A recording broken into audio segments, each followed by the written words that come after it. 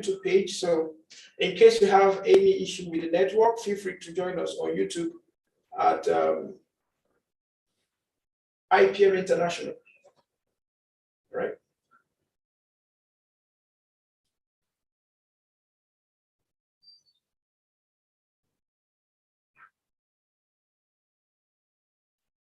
So what do you want to achieve in this course?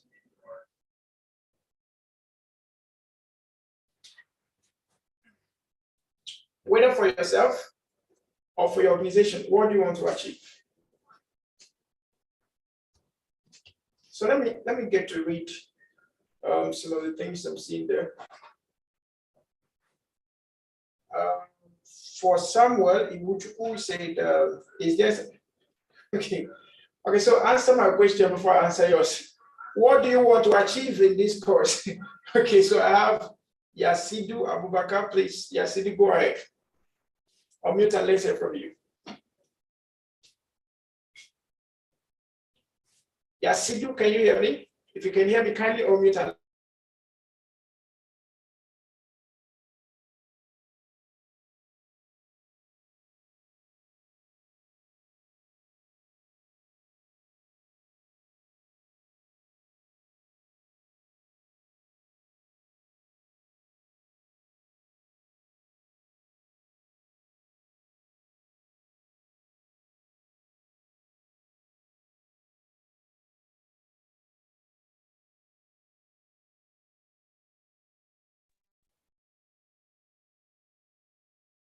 okay, Yasidu, if you can hear me, kindly unmute and let's hear from you.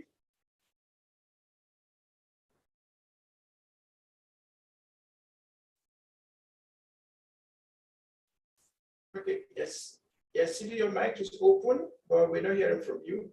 Okay, so any other person who wishes to give us a voice, please go ahead and let's hear from you. What do you want to achieve with this course? Who is with me?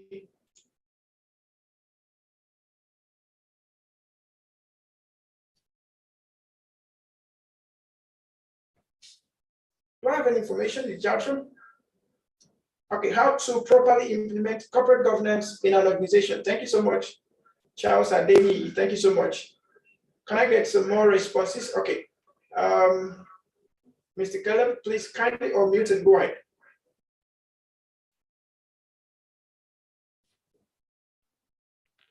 Thank you very much. A lot of us have found ourselves in corporate society or environment, and sometimes for lack of knowledge, we sometimes lose our chances, or worse yet, we lose the job because we've taken one or two steps that may not be required. And it's unfortunate sometimes you may not even be told of where and what to do, where to go, what your duties or boundaries are. So corporate governance would help us to know. I would like to know, I want to know where our boundaries are, what are my rights at work, when I'm in any corporate environment, what are my limits, what should be my boundaries also, so that it would help to protect me also. I can also ask for what is right and not ask for the wrong things from whoever is in authority in corporate governance, what I am responsible for, what would I be expected to do. These are the areas I wish to get in this corporate governance training or seminar. Okay, thank you so much, Mr. Caleb, Honorable Caleb. Okay, in talking about the target audience for this program, we highlighted that the program is basically for those in top management, middle management, and then those who are aspiring to go into top management, and those who are aspiring to go into top management. So we principally focus on directors, on those in the directorate cadre, whether in the private or public sector, then CEOs, managing directors. Then we look at compliance officers, management consultants, and then any other person that is aspiring to go into top management, right? Okay, So I think with that background too, you will be able to know whether you're in the right place or not.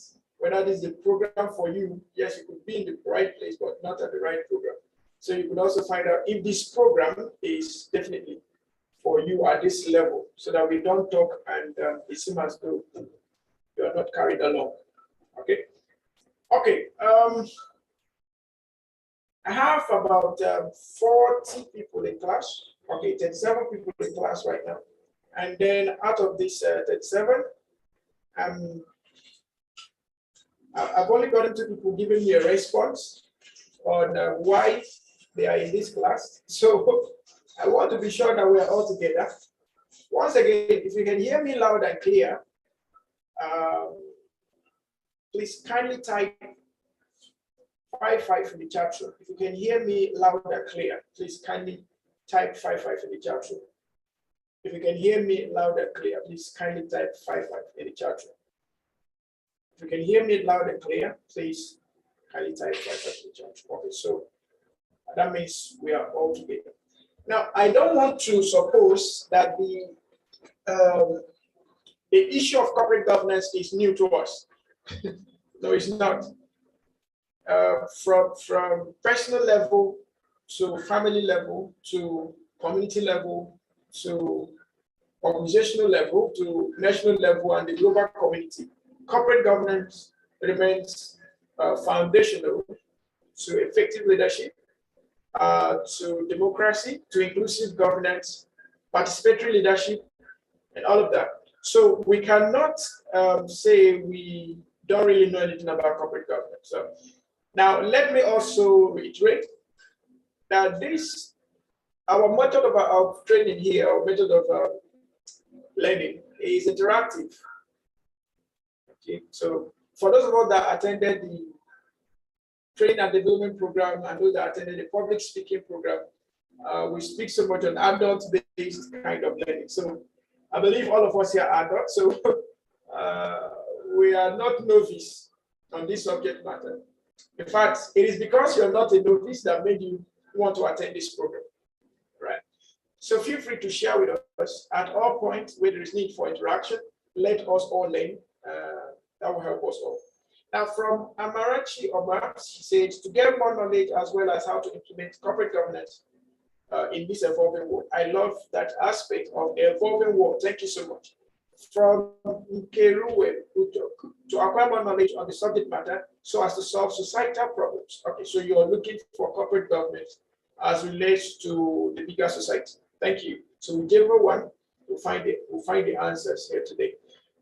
From Timothy Jide said, my expectation is to get better understanding of requirements in implementing business processes for smooth interaction with internal and external stakeholders in business. Okay, so Mr. Timothy, we might not be talking about requirements for implementing business processes, but we will talk about managing stakeholders, like both internal and external stakeholders, with respect to managing directors, managing shareholders, managing top management. In fact, managing management, you know, management could be in form of a structure, yeah. So managing business structure. So we look at that, but to talk about requirements for implementing business process, the requirement for implementing business process, corporate governance is just an aspect of it. There are other factors to be considered, right?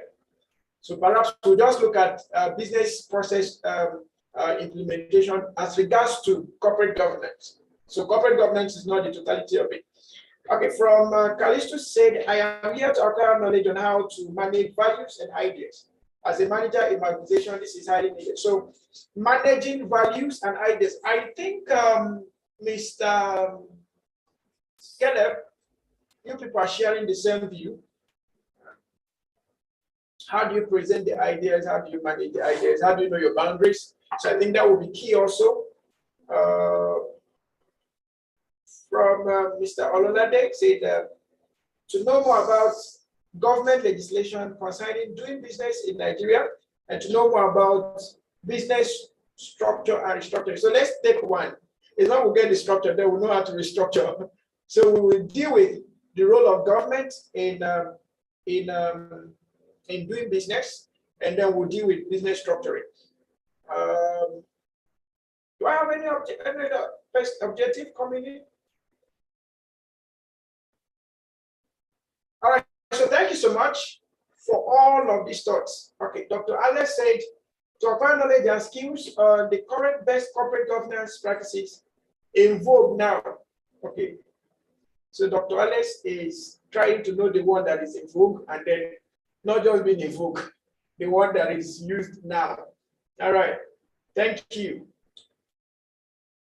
Now, with all of these expectations, it's now obvious that we are not novice to corporate governance. So we have had something, and especially those talking about implementing the corporate governance in the organizations, implementing corporate governance to the society, implementing corporate governance to business structuring and all that means you already know what you really want from this program.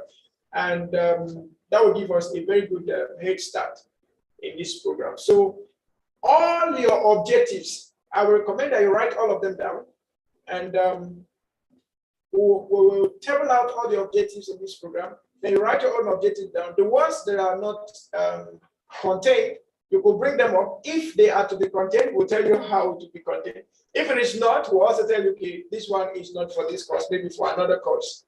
Okay, for instance, Mr. Timothy asking about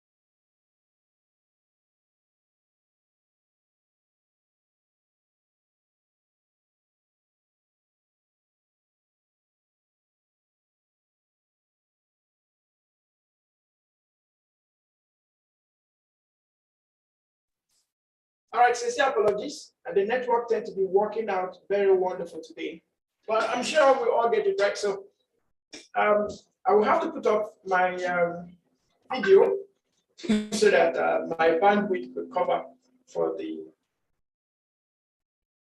presentation. Okay. So I was talking about us knowing exactly what we have come for, so it helps us a great deal. And then another thing I also want to establish is corporate governance. Though we said it's for top officials, the case may be, but the truth is, corporate governance is for everyone in organization. Okay, top corporate governance is crucial to everyone in the organization. Understanding how your organization functions with respect to governance is very, very critical. And then another important thing is corporate governance is the bedrock of every profitable, sustainable venture, whether it is government owned or private owned, whether it is a small, medium, or large enterprise, whether it is micro enterprise, corporate governance is key. Now, some time ago, I was taking a course on strategic business management, and one of the facilitators said something, because when we talk about corporate governance, we normally think is one big concept that until your business grows large, like a conglomerate, then you don't have to apply corporate governance. So one of us asked that question: at what point do you apply corporate governance? Okay, and the speaker or the lecturer for that particular course, that particular class at that moment said something, and that particular thing he said made me go back to the table and started restructuring everything about the businesses I've ever owned and that will own, right? Now I said corporate governance starts before your business starts. Corporate governance starts before your business starts. Did you get that? corporate governance starts before you have all of those going to CAC to register, or going to government to register, going to get accreditation, going to get a place of operations and all of that. So corporate governance is at the root of conceiving the idea about your business. That's talking about private sector now, right? So even at the government side, before any ministry, department, agency is ever formed, there is what we call a structure to that particular organization. And most of them, when you get to their site, you go to about us to see board of directors, then you now see management staff or the leadership team, and then you now see other things coming in. They're already telling you how corporate governance run in this organization. Does it mean that corporate governance has to deal with only structure? No, your structure is foundational in corporate governance. Okay, so I want you to have this basic knowledge that corporate governance starts at the conception stage of any business venture, of any corporation, or whatsoever entity you want to bring up as a business, whether it's for profit, non-profit, government, non-government. Corporate governance is at the conception stage of it. And until your corporate governance is well enough to carry the vision of your organization, you are not really permitted to start. I will repeat this again. Until your corporate governance structure or your corporate governance frameworks and systems, rules, and all of that, until they are strong enough to carry the vision that you have as an organization, you are not really permitted to start that organization, because you could be having a heavy weight on the organization. Now, let me give us some practical instances. I said corporate governance is foundational to the organization, right? Now, most of us will hear building collapse. Okay, building collapse. Thank God we have some engineers and surveyors in class, so maybe they will help us as we proceed. Now, any building or structure that the foundation is not strong enough, and you're putting weight on that foundation, you are by default saying you want to have a building collapse. All right. About 3 days, for like 3 days, I've been sitting around with a friend of mine who is a structural engineer. And I asked him a question. I think he just participated in this, just concluded the current conference, the 30th conference, and he came around. So I saw him with a big book talking about tall buildings and all of that. And then one of the most important things they considered in that their conference was having the proper mix of materials to avoid building collapse. And then why they were saying that, he said something to me, he said, this is not really just the problem. He said most of the problem is foundational. Some of the weight of buildings being put on some foundations are two-way heavier than the foundation. So the building has the option than to collapse, irrespective of the kind of material you use. If the foundation is not adequate, then the building is bound to collapse. Now, if I'm wrong, all the engineers and surveyors, you can help me. If I'm wrong, okay, you can help me out, right? Okay, but I think the situation I'm painting to us will help us understand this. Some of us have very big corporate assignment, very big corporate vision, very big corporate mission, but the foundation on which is standing is faulty. So those things get to collapse. In civil service, for instance, how do you drive transformation in civil service? How do you bring about transformative leadership? How do you bring about a culture of high productivity and high performance? There must be a foundation force that establishes that, yes, this should be supported, and that should be supported, and that should be supported. All right? That's very, very important. Now, there is something about corporate governance I would like us to also understand. When there is no corporate governance, just know that there is no business. You can type that in the chat room. No corporate governance, no business, or no corporate governance, no organization. You can help me type that in the chat room. No corporate governance, no business, or no organization. No corporate governance, no organization. Just type that in the chat room. No CG, no organization. No corporate governance, no organization. Okay. Can I get 1, 2, 3 people type that in the chat room? All right, thank you so much. So no corporate governance, no organization. You just have to get that very, very clear. Very, very clear. Very, very clear. So that takes us back to the conceptual statement I made, that corporate governance starts at the inception, at the conception of your business, of your corporation, of your department, of your agency, of your ministry. Wherever you find yourself, corporate governance is at the base of it. It is corporate governance that will determine processes. It is corporate governance that will determine principles. It is corporate governance that will determine rules and regulations. It is corporate governance that will determine culture. It is corporate governance that will determine standards. It is corporate governance that will determine policies. Now, you know the most amazing thing? It is corporate governance that will determine strategy. It is corporate governance that will determine, just listen to me, it is corporate governance that will determine the kind of person you have as a client.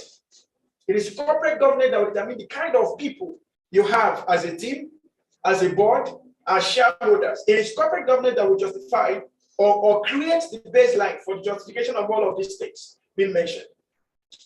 Okay? Now, quickly, before we move ahead, can we, having have this foundational understanding of what is all, can we now look at it? What are the consequences of not having corporate governance in your organization? Whether private or public, what are the consequences? Private sector can speak for private sector. Public sector can speak for public sector. Okay, I know we have public sector directors here. So let private sector speak for private sector and public sector speak for public sector. So can we go ahead? If your hand is up, we'll mute and then we'll have this discussion. The implication of absence or poor or ineffective governance, corporate governance framework. Who is the first person going? Please, you can raise your hand and let's have this discussion together.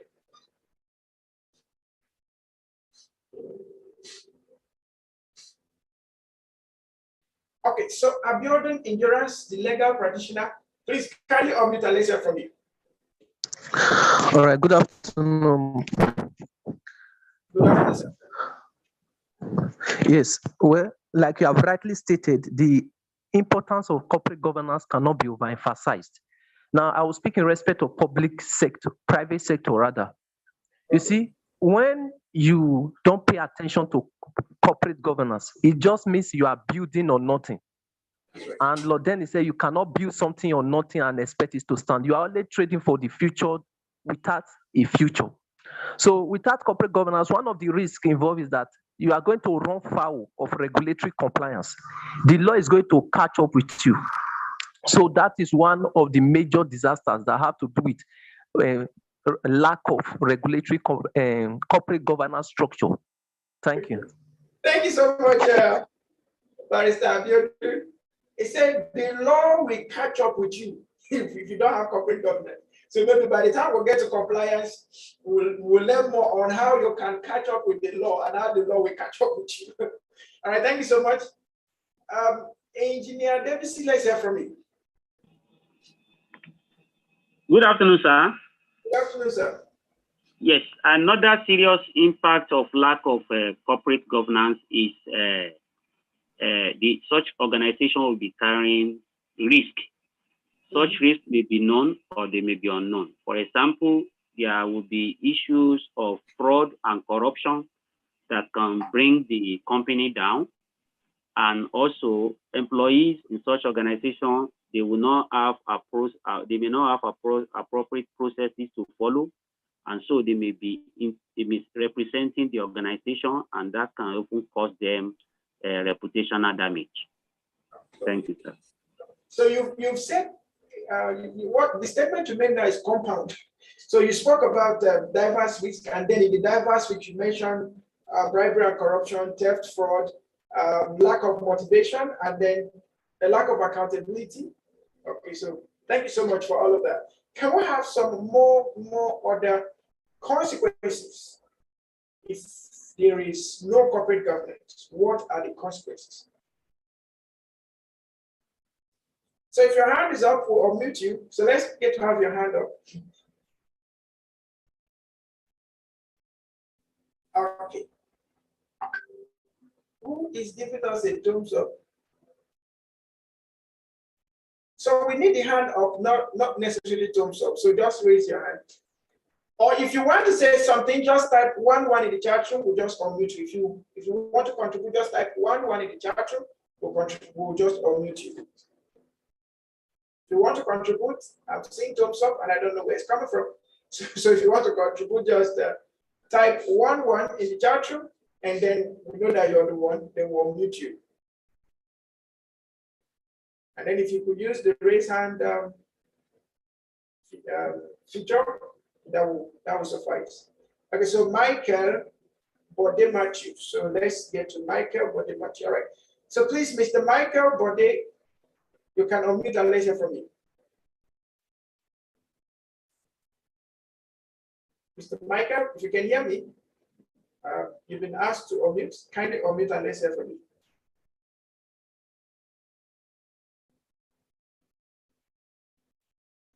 Okay, so Michael, you're not responding.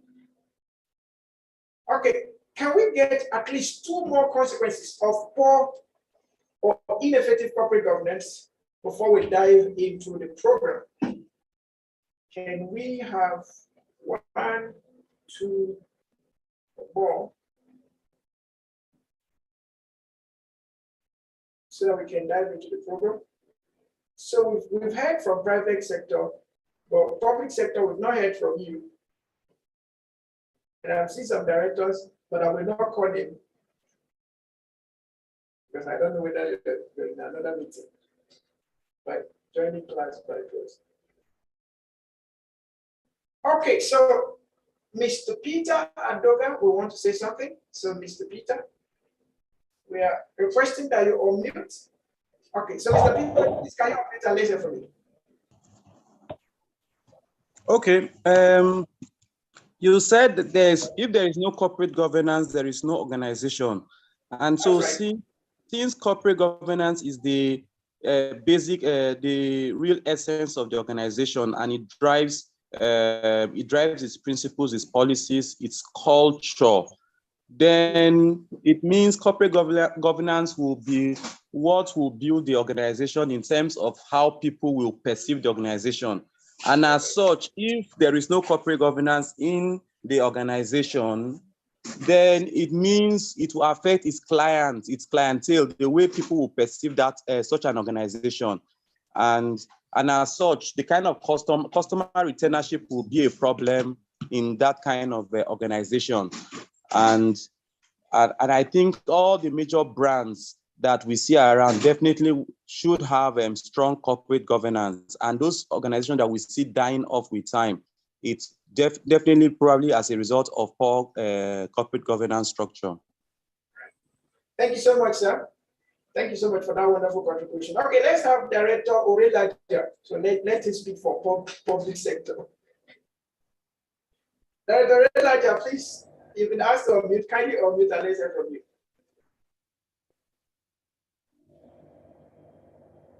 Okay, you have any issues there?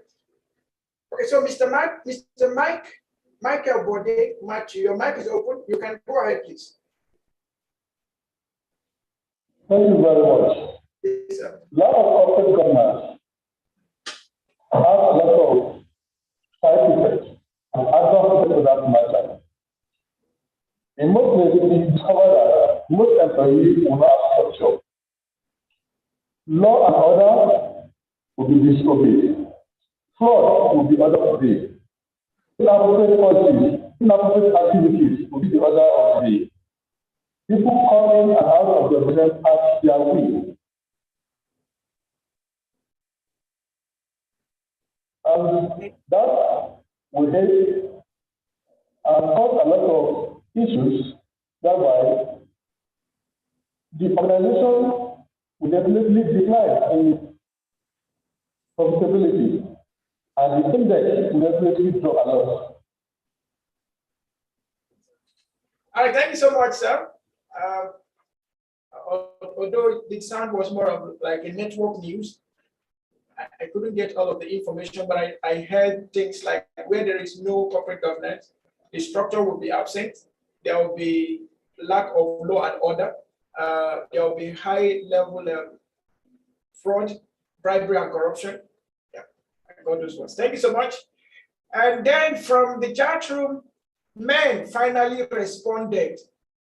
Director Renaja, please, if you can hear me, unmute and let's hear from you.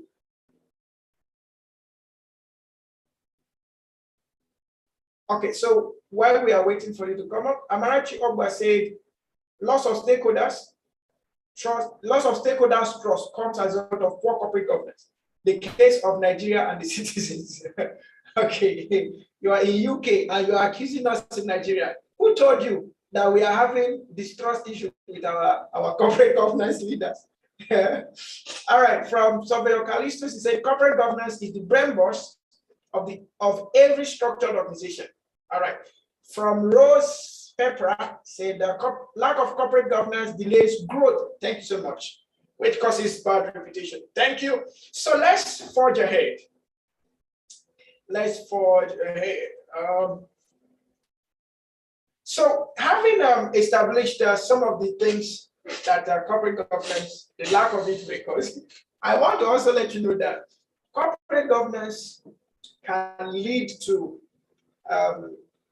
let me borrow the word of Barrister Indira and say, the law will catch up with you. Now, in situations where law catch up with you, let me tell you some of the things that will happen. You might end up in jail. In your own business, yeah, you might end up in jail, yeah. So if you don't want to go to jail, if you don't want the law to catch up with you, and you start begging for bail, so please ensure corporate governance. Now, someone might think that what I'm going to say now is on the extreme, but it's not. Corporate governance, lack of corporate governance or ineffective corporate governance, apart from the fact that it can lead to sudden business closures with complete forfeiture of your assets in that business. Note, it can also lead to death. It can also lead to health risks like cardiovascular health diseases, high blood pressure, and death itself. Okay? So if you don't want to have situations as that coming, please, it's important that from the onset of your business, you put corporate governance in place. Now, if there was no corporate governance before, some of us have operational manuals. Yes, we have operational procedures. We have so many things, but we don't really have company policies. We don't really have constitution, especially for those of us in the directorate of organizations. Shareholders, we don't have constitution. Is as CSC gave it to us, so shall it be, world without end. Even some of us don't have memorandum of understanding or memorandum of association. Okay, so these are some of the tools we can use to enforce or establish corporate governance in our workplace. Okay, establish corporate governance in our workplace. Today we had a meeting with the director of civil service transformation at the office of the head of civil service of the Federation of Nigeria. And one of the thing that led us there was, or is the program we are running for civil servants, the Structured Advanced Management, Entrepreneurship and Leadership Development Program, which is centered around the Federal Civil Service Strategy and implementation 2021 to 2025. Okay, so we have to go on that deliberation today. Do you know why that deliberation was made possible? Because there was corporate governance. There was a structure that could absorb private sector ideas and bring them to public service to help drive public service transformation. So one of the things that corporate governance does is that it creates room for partnership. It establishes how partnership will be done, how collaborations will be done, how continuity and sustainability will be achieved. All right? These are some of the foundational things. But I know you don't want to die. And nobody really wants to die. Okay, so why is looking as though is just like a joke, but it's a very serious matter. So many people have landed in prison because of lack of or poor implementation of corporate governance. So many people's lives have been lost either by disease-related issues like high blood pressure, heart attacks, and all of that, business-driven, business-induced or organization-induced diseases, occupational diseases, or people have lost their life due to distrust. So directors feel like this person is no longer this and is not doing the right thing. And if there is tendency of bad blood, there could be elimination of life. There could be elimination of life. Okay, there could be elimination of life. When directors begin to feel like you're not carrying them along, the company shares are not well distributed, the profits are not well distributed, the dividends are not well distributed. They feel like, because you think you are the director of this organization, you can siphon fund, and then you're not allowing others to do as they wish. They can organize and eliminate that person in charge so that another person who serves their order will be there. And among other things, the lack of corporate governance also shows. When you begin to have continuous conflicts, you know, there is one of my friends will say conflict, there's a difference between conflict and crisis. He will always say that there's a difference between conflict and crisis. Conflict is a potential crisis, and crisis is a matured conflict. Did you get what he said? I'm not the one that said he said that. So conflict is a potential crisis, and crisis is a matured conflict. Okay, now when it comes to that point that shareholders now want to pull out their shares because they feel there is lack of equity, there is lack of accountability, there is lack of transparency, there is lack of fair judgment and all of that. That is another problem on this one. When directors begin to feel like, oh, I'm no longer interested, is either you divide this company or we divide ourselves here.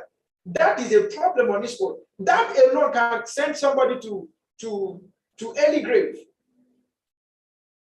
Okay, so it is, and then another pointer to show that there could be lack of corporate governance in an organization or ineffective corporate governance. When we begin to have labor protests, employee protests, and then when it becomes sustained employee protests, just know that that corporate governance is dead. It's dead. It's just on paper. It's no longer functioning. When there is prolonged protests, prolonged conflicts that now begin to mortgage themselves into crisis, when there is high level tension within the organization.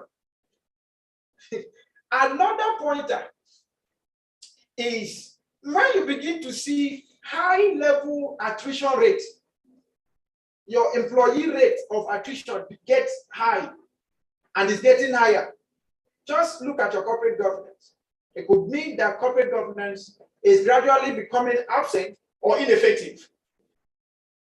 When you begin to have high level attrition, just look at it. Corporate governance might have become ineffective, or it has gradually turned to extinction.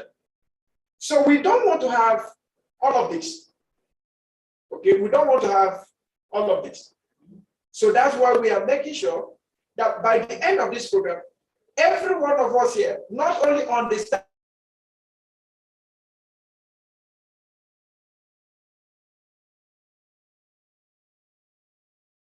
that will help in driving our organizations transformationally. Okay, very, very important. Very, very, very, very important. Very, very important.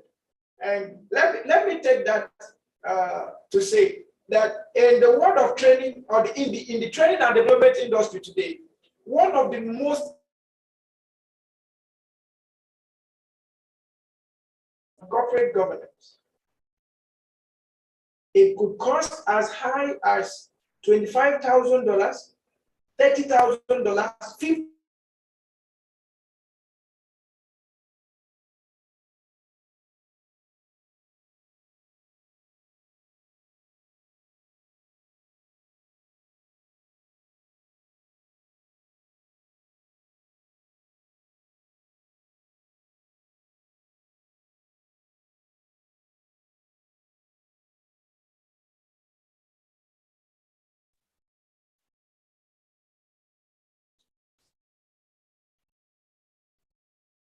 Okay, sorry for that once again.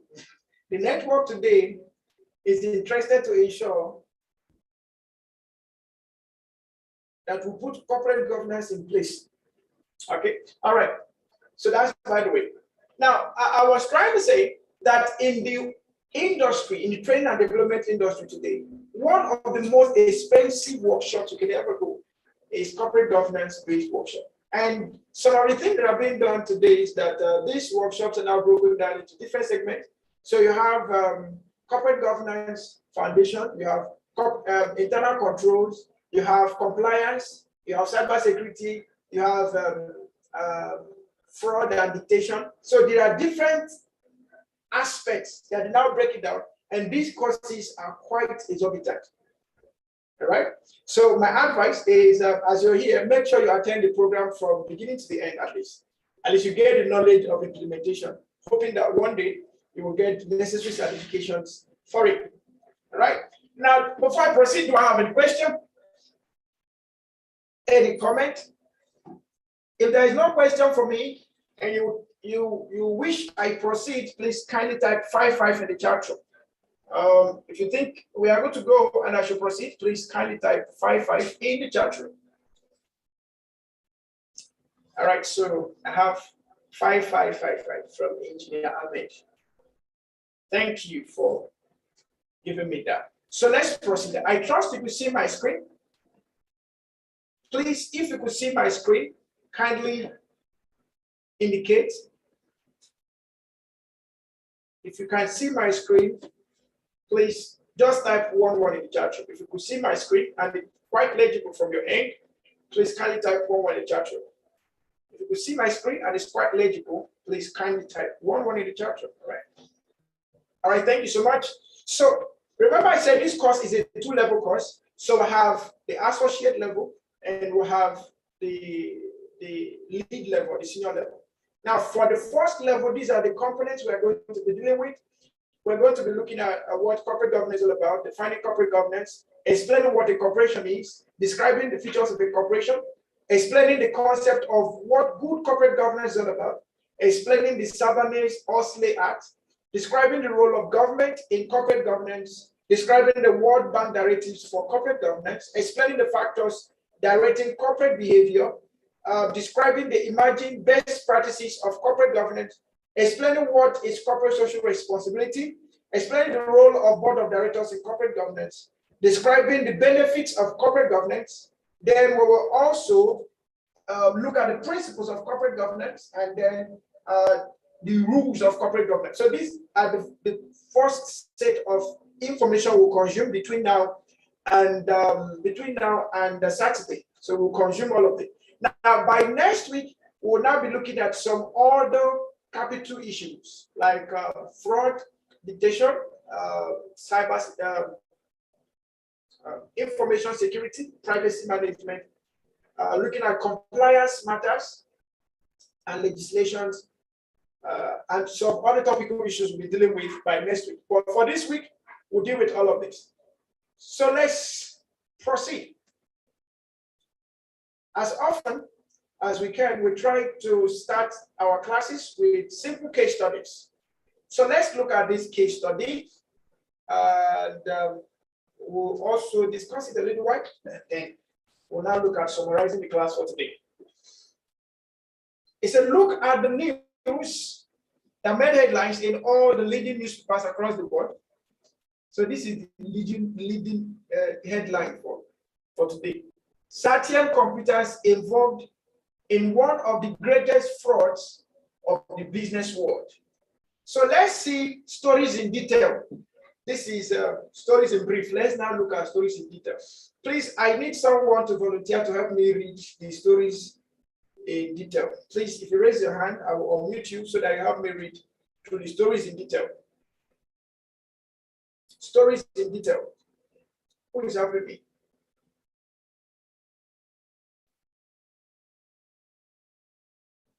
If your hand is up, then I will unmute you so that you help us with stories in detail. Okay, so I have Charles Adeni.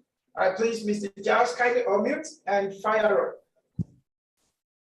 Hey, thank you very much.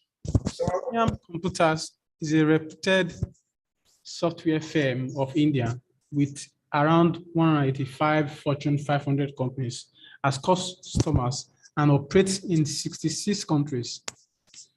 Satyam Computers had on December 16, 2008 announced that it will acquire two group firms, Matters Properties and Matters Infra.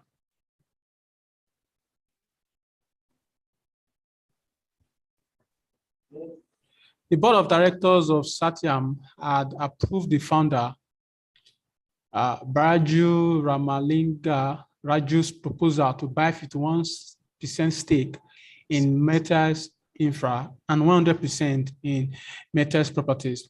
The total outflow for both the acquisitions were expected to be $1.6 billion, comprising of $1.3 billion for 100% stake in Matters Properties and $0.3 billion for 51% stake in Matters Infra. This is the point that sparked a row over alleged violation of corporate governance laws.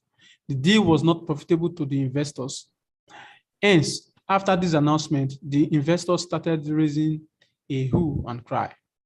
The promoters decided to inflate the revenue and profit figures of Satyam. Hence, the company had a huge gap in its balance sheet. So, Satyam Computers Services Limited got involved in a multi-million-dollar accounting fraud, which ultimately led to a huge face loss for the entire Indian IT industry. The involvement of the reputed external agency like PricewaterhouseCoopers, PwC, in the scandal made the entire episode a nightmare for the regulatory bodies, the government, and the employees of the organization. Therefore, it is very critical that every corporate should follow the norms of good corporate governance. The objective of corporate governance is the prevention of such scams in businesses, which have a huge bearing not only on the immediate shareholders, but also on the morale of the larger stakeholders groups. okay, so thank you so much. Thank you so much for taking our time to read that. You actually read like a newscaster. Thank you so much. Okay, so we've seen what happened in Satyam. That's a very lovely story. When you look at that, you find that it did not only affect the investors, it even affected the government regulatory agencies, the staff of the organization, and other groups involved, other stakeholders involved. And then led to a huge loss in the industry, the IT industry, which obviously would have affected the country's GDP. Okay, would have affected the country's GDP.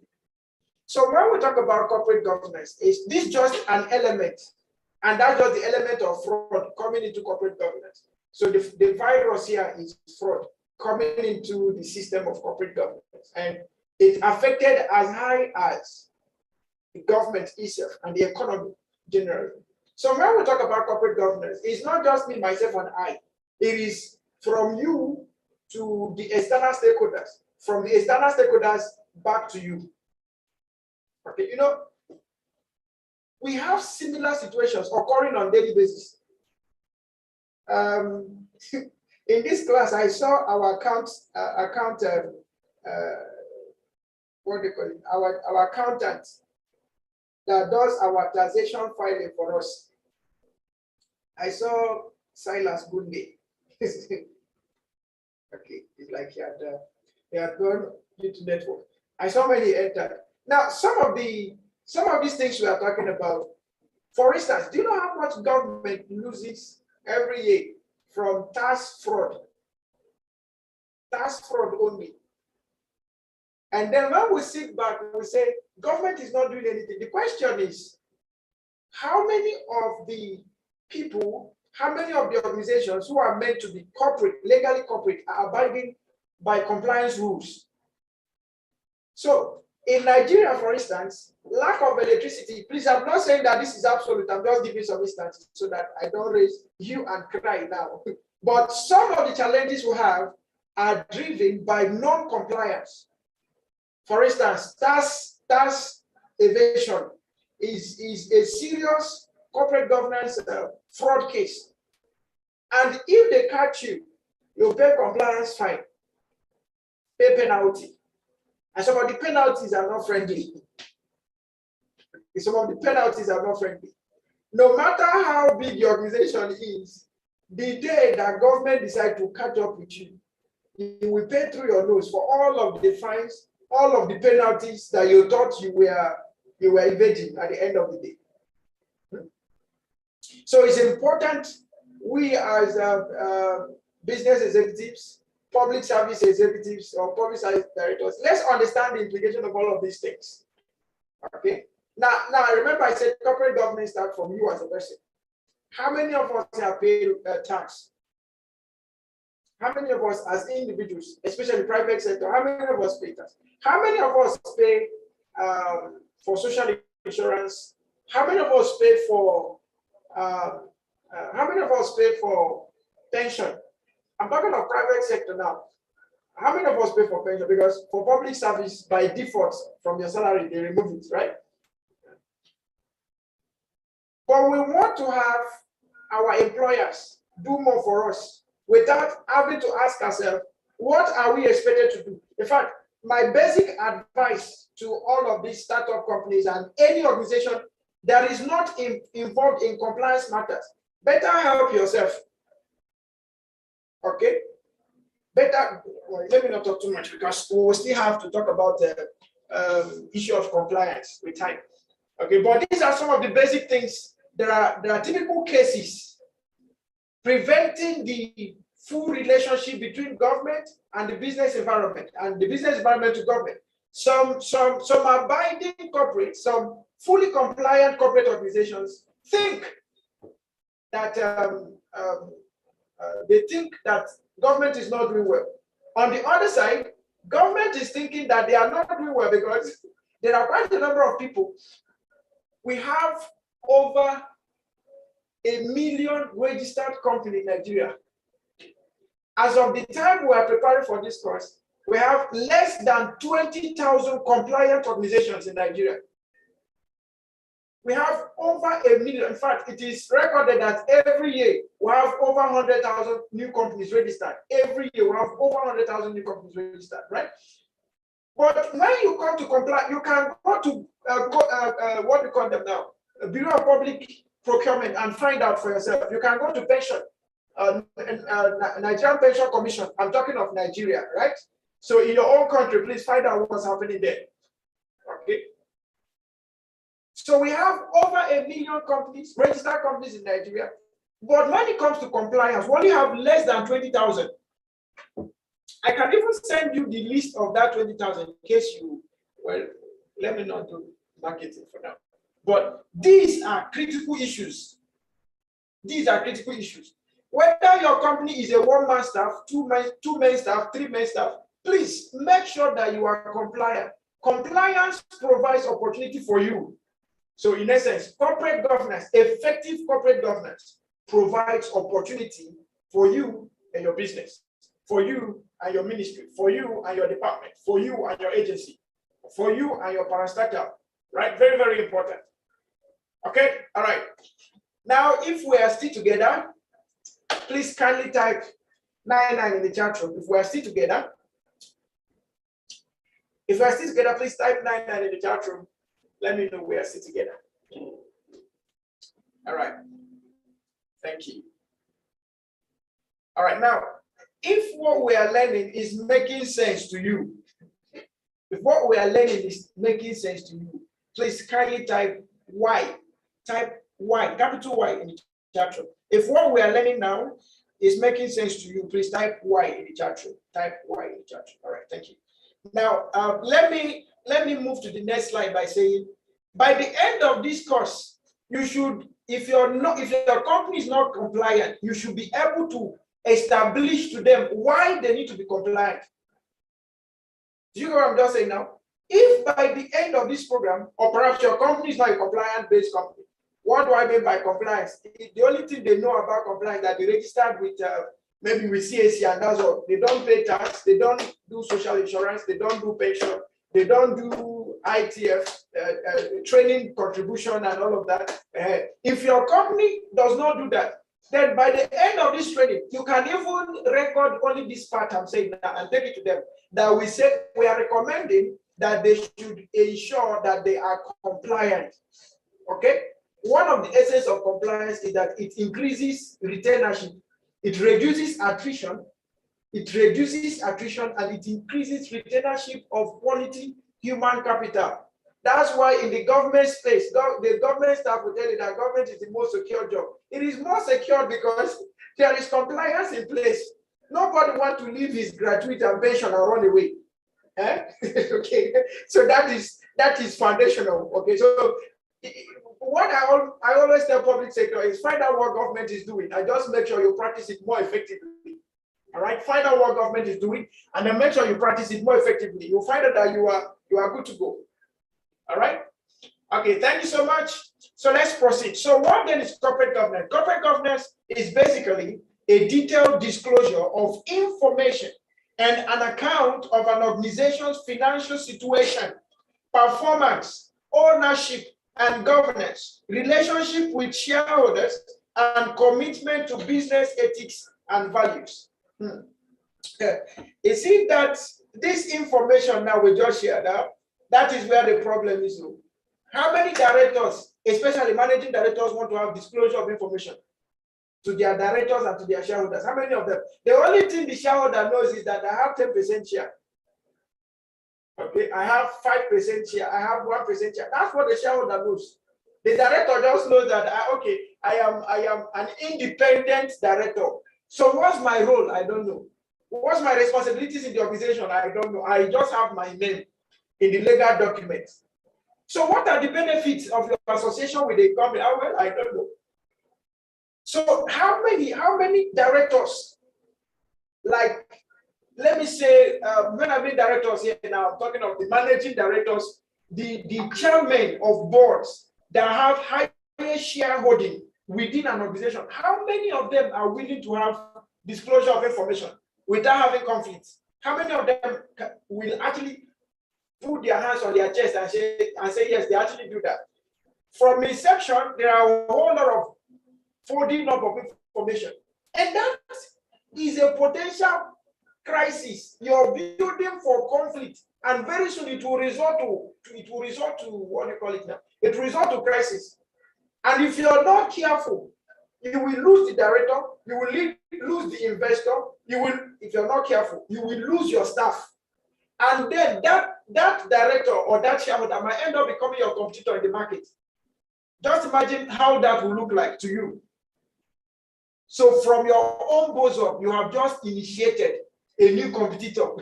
And that new competitor will take away some of your customers, if not most of them, dependent on the influence of that shareholder or director in that position. So how many of us are willing to have this disclosure of information from the inception so that everybody knows what is theirs and what is not theirs? How do we create these boundaries of information from the onset? The second one is how many of us present accounts to our organizations, the board, the directors board, the shareholders board? How many of us declare profit and dividends? But every day we keep, now let me tell you something. In 2020, there is a new there was an amendment of in Nigeria, we have what we call the Company and Allied Matters Act of 1992 in Nigeria. Okay, I know they have the same thing in Ghana, and every other country have theirs. Now,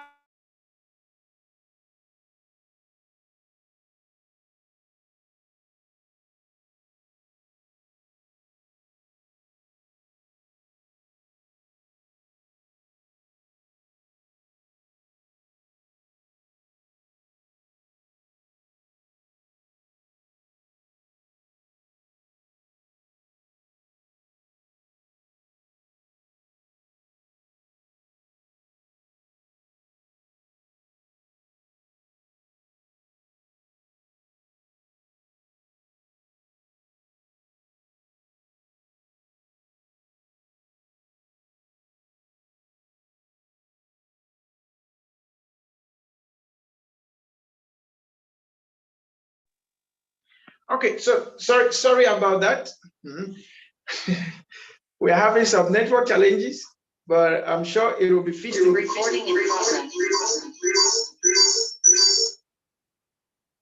So the challenge of network will be fixed in a moment, and we'll soon round up.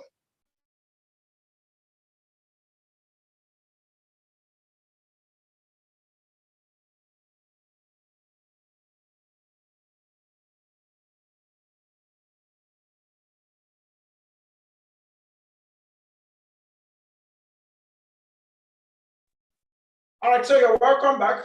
Sorry for all of this. Hopefully tomorrow we'll not be having all of this. We had serious downpour in Abuja today, so I suspect that could be one of the challenges affecting the network. So please bear with us. So I was trying to ask some questions, critical questions. How many organizations, how many management directors or managing directors or CEOs actually do financial record situation to the organization? How many of us? Some of us actually think, oh, I'm the one doing the whole of the labor. You are doing the whole of the labor because that's the way your corporate governance is structured. You made it be like if it is not you, it cannot be you. So why won't you do all the work? But more importantly, don't deny people access to information, because for you to have come together to say you want to start a corporation, you don't have the right to deny them access to crucial information, especially things like organizational financial situation. Okay, and then we have other corporate governance matters bordering around performance. There are some other issues where some directors, especially those of us in the board, now have problem with those in the management level, and that problem is in some organizations by registration.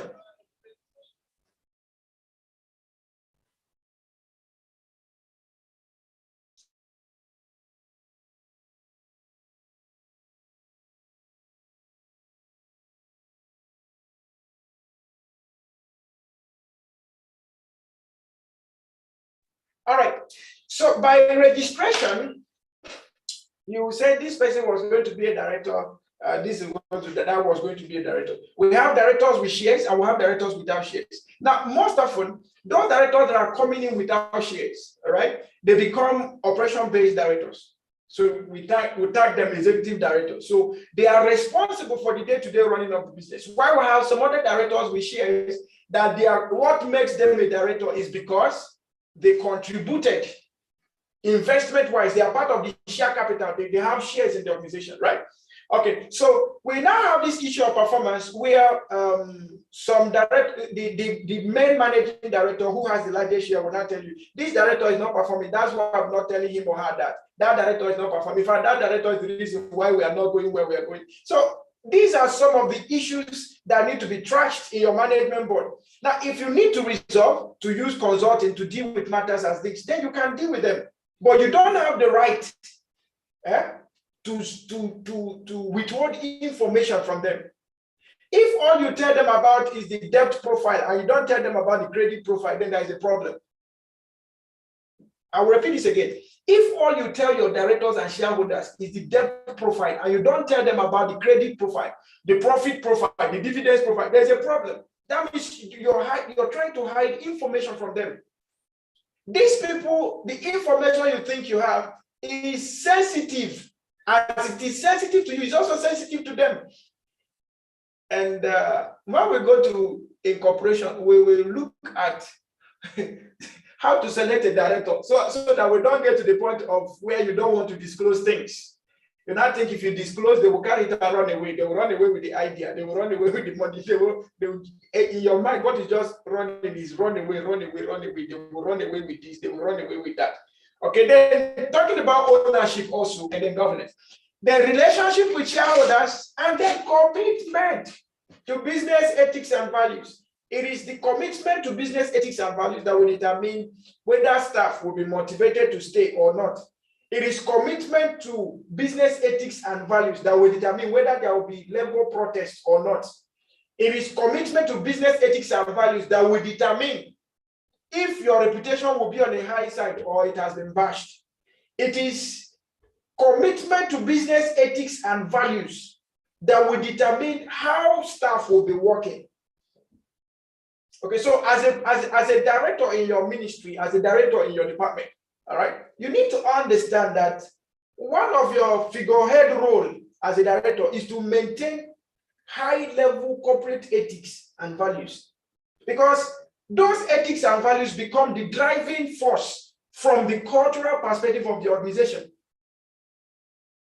When you begin to have do as I say and not do as I do, then there is problem.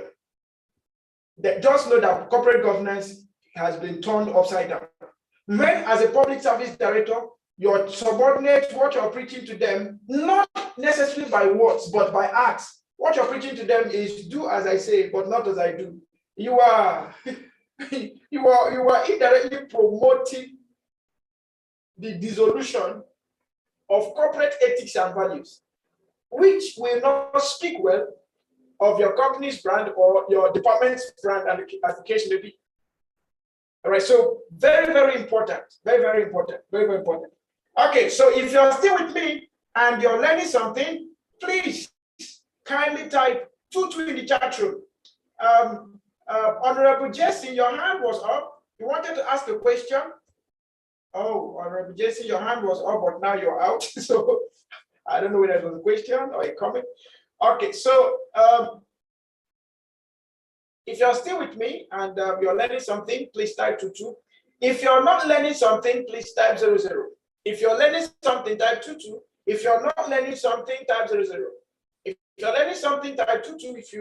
If it is not going, maybe you're seeing what you're seeing is not what you expected. Type 00. Okay, so let's move on. So what then is corporate governance? Corporate governance refers to the way a corporation is governed. We've said so much about that. It is the technique by which companies are directed and managed. So look at the two things there. It is involving the board of directors and the leadership, or the management and leadership team of the organization. So the corporate governance is covering the leadership, that's the board of directors, and the management team of the both those in directing level and those in operations level. All of them are involved. It means carrying the business as per the stakeholders' desire. Stakeholders' desire. There's something I want you to know. If you're privileged to own a business, please know that that business is not your own. It is the stakeholders' property. The business is not your own. It is the stakeholders' property. Don't go shouting, my business, my business, my business. In fact, anytime you hear yourself saying, my business, my business, my business, you are indirectly saying no corporate structure in this place. No corporate governance. So the business is owned by stakeholders. If you're in public service, just know that that office you're occupying it for the sake of public interest, not your own personal interest. And that will help you deliver effectively and efficiently. So if the stakeholders' interest is no longer in that corporation, then know that there is no corporate governance.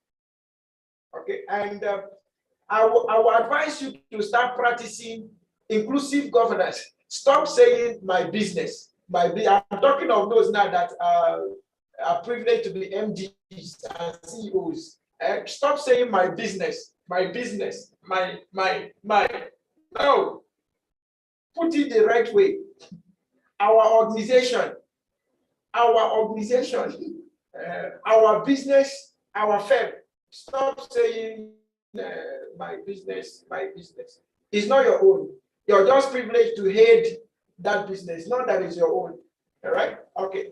Now, it is actually conducted by the board of directors and the concerned committees for the company's stakeholders' benefit. Conducted by the board of directors. That's why we say corporate governance is a top-level matter. Okay, it's not for everybody. It's a top-level matter. When you go into it, you understand it. All right? It's a top-level matter. For those of us that are not yet in the management cadre or you're not yet in top management, you're privileged to have very sensitive information. And we are not saying you should go and use it to harass your organization. Okay, we are not saying you should use whatever thing you're learning now to go and harass your organization. If you try that, I tell you the truth, you're on your own. Okay. However, there are basic recommendations you will get out from here that will help your organization, right? So for recommendations, yes, we are with you. But to go and start harassing them because you think you've learned something, I tell you, we are not with you on any form of protest or harassment. Okay. All right. Now, it is all about balancing individual and societal goals as well as economic and social goals. It is all about balancing individual and societal goals as well as economic and social goals. Now, whenever you want to start a business, there is now this current part of the business, right, that we call sustainability and succession planning. Your sustainability and your succession plan. All right? Yeah, I was saying something about the Kama Act. I think I debated a little. I said before the amendment of the Kama Act, I think the network went off. I came back and said, before the amendment of the Kama Act, if there was anything that has to do with company liquidation or whatsoever, it is majorly the person that had the largest shares, the MDCO that carries most of the risk, and most people just run away. Now, do you know the most amazing thing? In the revised Kama Act, in the 2020 revised Kama Act, if anything happens to your company today, and they say company has run into liquidation, every director there will pay the risk. Every director will pay the risk. So if your company is 500 million capital shares, and you are privileged to have 5% of the capital share, now when problem comes, you will provide 5% solution to that problem. Just type in the chat room, I hear, so that you'll be aware of becoming the director. I'm talking of private sector now, right? Now, if you heard what I just said, just type I hear. This is a serious matter. Corporate governance is a serious matter. So somebody asked, what's the role of government? Government has amended the constitution. And CAC immediately started the implementation. Now, if you go to register your company corporate account, even CBN follows you. If you go to register your company corporate account, financial account, they will ask you to bring the BVN, the biometric verification number of all your directors. And what they are simply telling you is that in case of anything, we will raise money from other accounts of these stakeholders according to their shares in the company. And that's why when you open a corporate account, they will ask you to provide your MEMAT. Okay, so now we are gradually understanding how government play a crucial role in corporate governance. How government play a crucial role in corporate governance. Now, coming back to this last point, I said among the things we talk about today in corporate governance is the issue of sustainability and succession planning.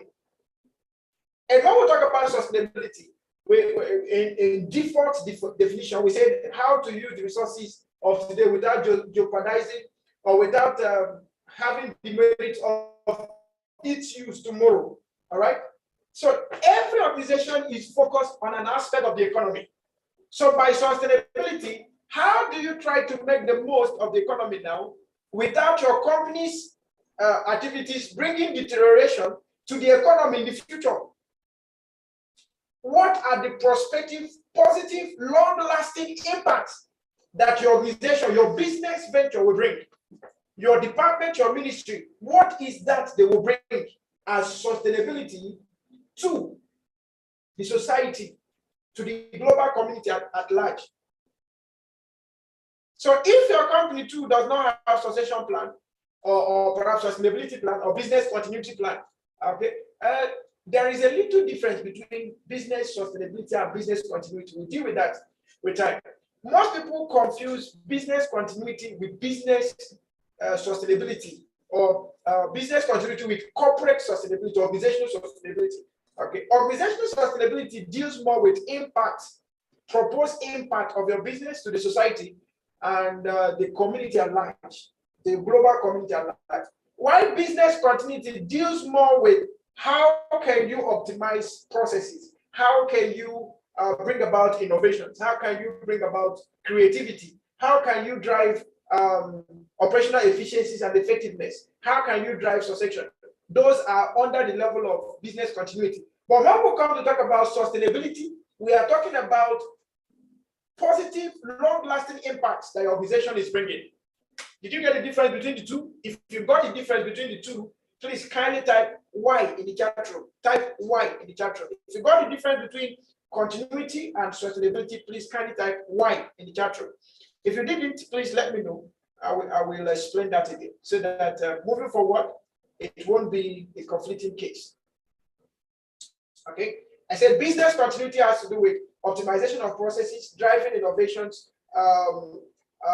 ensuring succession, ensuring that your customers have the best value at all times and always want to patronize you. That's business continuity, just making sure that the business is moving forward on the front of customer-based relationship and all of that.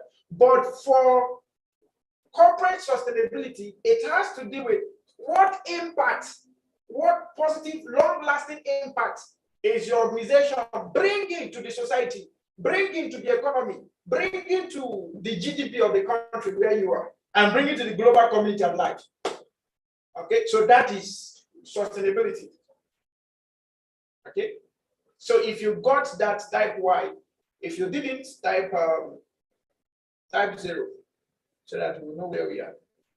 All right, Director Elijah, your hand is up. I'm going to unmute you, so go ahead and let's hear from you. Please go ahead, sir.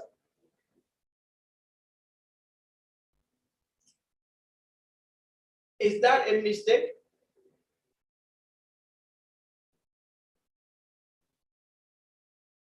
Mr. Elijah, if you can hear me, kindly unmute. Your hand is up. So if that's a mistake. It is, sir. It is a mistake, sir. Hello? Go ahead, sir. Hello? Yeah, Yeah. go ahead, sir. You can go ahead, sir. It's a mistake. All right, sir. All right, thank you, sir. Okay. All right, so let's move. I believe with this foundational information we are getting, it will be good for us to drive. So I have about 30 minutes to round up. So let's get it done. Corporate governance is basically, okay, so I've dealt with this before. So corporate governance is the interaction between various participants, such as shareholders, board of directors, and company's management in shaping a corporation's performance and the way it is proceeding towards. The relationship between the owners and the managers in an organization must be healthy, and there should be no conflict between the two. The owners must see that individuals' actual performance is according to the standard performance. These dimensions of corporate governance should not be overlooked. These dimensions of corporate governance should not be overlooked. Now, if you look at this sequence, it starts with the owners to board of directors to management team to managers to the other people who are performing the work. So it's a cascaded assignment. All right. Corporate governance deals with the manner the providers of finance guarantee themselves of getting a fair return on their investment. Corporate governance clearly distinguishes between the owners and the managers. Now, in this case, sometimes some of the directors become the managers, dependent on how the HR structure now becomes, all right? So we can fit in the directors as managers. Some of them will be managing directors, some of them will be general managers, maybe HR managers, as the case may be, different formats, all right? Now, the managers are the deciding authority. In modern corporations, the function and tasks of owners and managers should be clearly defined and should be harmonizing, should be clearly defined and harmonizing. Then this is clearly stating about the need to have corporate administrative policies, corporate company regulations, company handbooks. Okay, let me just use that word. I think that's the one we are most conversant with. Company handbooks, organizational handbooks, be it private sector or public sector. Okay, handbook will deliver you from a lot of attack. All right, handbook, if well defined, corporate governance captured in the handbook, it will deliver you from a lot of attack. All right, and when developing a handbook, you should know which of the information should be contained for the general public, which of the ones should be general, which of the ones should be for the board, which of the ones should be for top management. All right, those are very, very important. There are information that is not general to everyone. For instance, when it comes to who owns what shares in an organization, you don't need to bother your staff about who owns what. Okay, but when it comes to who should you report to, they should know who they should report to. Okay, very, very important. All right, still on what is corporate governance, it deals with determining ways to take effective strategic decisions. It gives ultimate authority and complete responsibility to the board of directors. Of course, we know that the owners of the company are also in the board. Why corporate governance? Now, before we go on to why corporate governance, let's quickly take a 1 minute break, stretch out, and then we come back. But before you go out, before you go on stretching, let's take this assignment. Please, we would like you to give us a very quick review on Google. If you've not given us a review before on Google, please kindly do so right now. Visit our Google page and then give us a review on Google. Just give us a 5-star review and say something nice. You could say something like you are enjoying your course in corporate governance with the Institute, right? That will make sense. If you're not enjoying it, don't say anything yet. Just type the 5-star review and leave it. Okay. Then, if you are already if you've already given us a review, please feel free to follow us or subscribe to our YouTube channel. Feel free to subscribe to our YouTube channel so that you can get all of these videos when they are uploaded for your own personal use.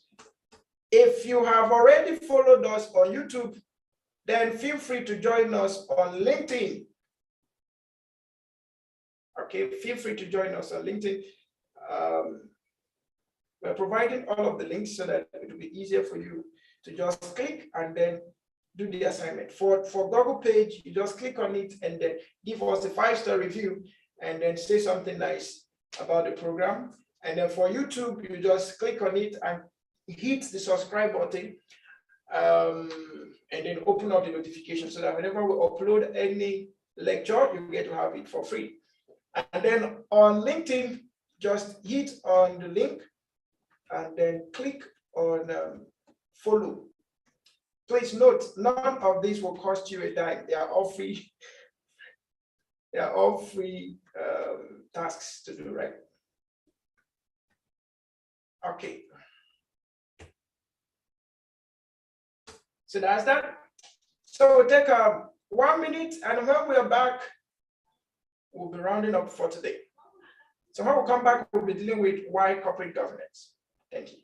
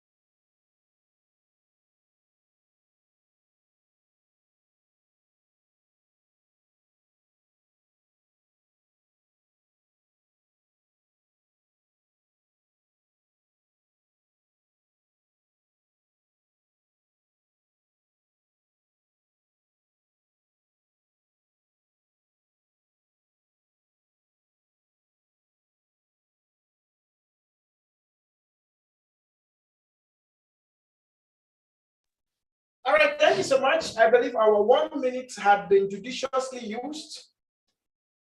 So we are all welcome back. Welcome back, welcome back, welcome back. If you're still with me, please kindly type 1 in the chat room.